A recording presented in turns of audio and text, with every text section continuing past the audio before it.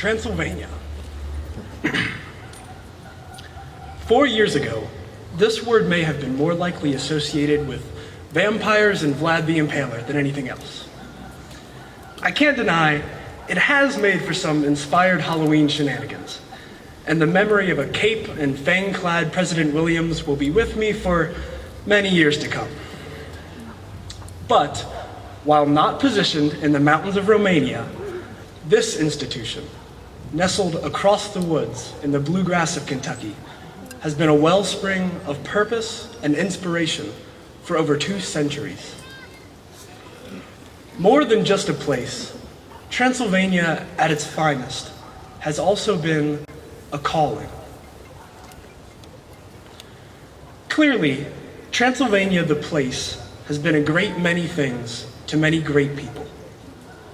Standing on the nation's geographic and academic frontiers, Transylvania's medical, seminary, and law schools cultivated many of our nation's prominent leaders. This university has borne a diverse ensemble of successes, from abolitionists to athletes, poets to painters, surgeons to senators. For over 200 years, this oasis has provided intellectual, spiritual, and cultural identity to the region in myriad ways too numerous to delineate today. And that just scratches the surface. I would wager that there are 245 people here today who have received this same support, cultivation, and intellectual investment in their minds and souls. I hope I speak for my fellow classmates when I say that Transylvania has given us a great gift, though different for each and every one of us. Over this past year, as I reluctantly marked the days off my calendar and into the past, I've become acutely aware of this gift's full value. Profound role models and an astounding faculty will not be so easily replaced, weaving intellect and heart into the relationships built here. Never again will I be able to gyrate in front of an entire student body at Campus Sing, or feel the love as I jam without restraint alongside bandmates at Transy concerts. Jasmine's chocolate chip cookies will become rare, only dreamt of delicacies. Those impromptu, late-night heart-to-hearts will recur only in fond memory. And the comforts of the past, knowing that your deepest friends are never more than a back circle away, must step aside for the uncertainty of the future.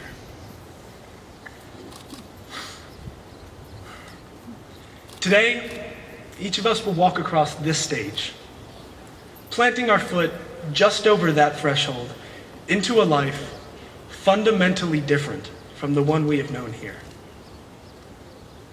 I think I also speak for my peers in conceding that over the last few months, we have all had that moment. The moment when we fear that this, Transylvania, may be coming to an end. But perhaps end is too strong a word. In fact, Transylvania isn't really ending for us. Rather, it is evolving. As I see it, we have thus far only considered Transylvania in all its beauty and character as a place, as a noun. It's been an education, a second home, a challenge to our beliefs, a launch pad for our lives.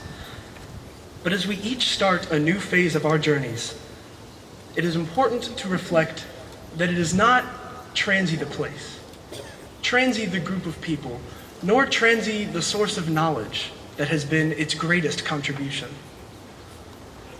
No, it is Transylvania the verb, the calling, exercised and celebrated by so many before us, that has created such a resonant impact on this country. Classmates, not unlike our Crimson Forerunners, we continue to boldly engage the world around us. If it is difficult to see yourselves in the likenesses of Transylvania legends, look only to the people around you. It is Maria Kerr who transfused our value of community outreach, integrating a clean water system for villages in Tanzania. It is Brandon Fain who translated the power of a Transylvanian mind, investigating applied spectroscopy and art restoration in Paris. And it is Alison Condor who transcended geographical and cultural boundaries to mediate and direct American mission teams in Haiti. These are our examples. Contributions that transfer a momentum far beyond the efforts of the individual.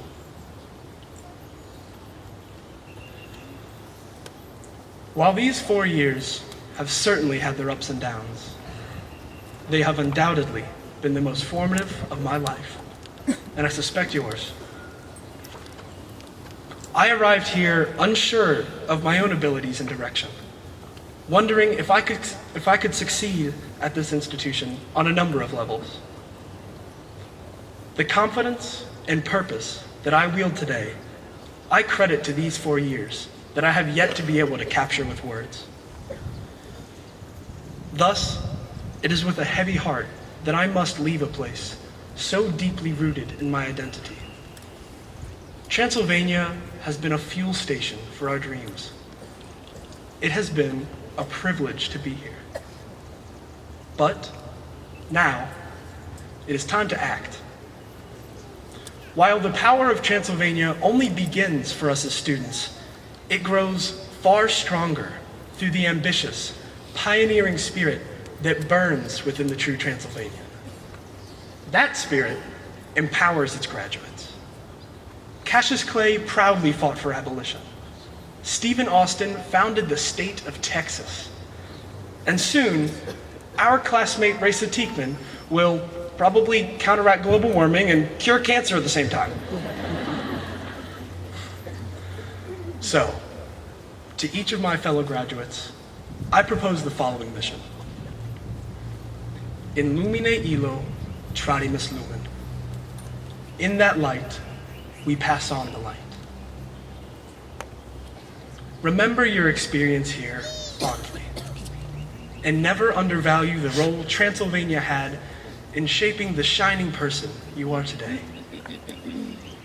But do not let your time here simply collect dust on the trophy shelf of your memory. Leonardo da Vinci once wrote, "People of accomplishment rarely sit back and let things happen to them. They go out and happen to things."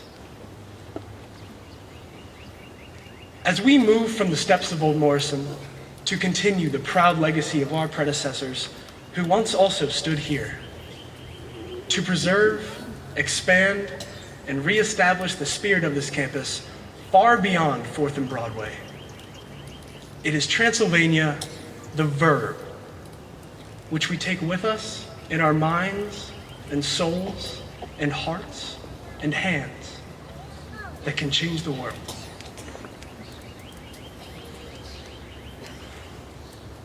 Transylvania University, class of 2014, thank you for this privilege. Congratulations.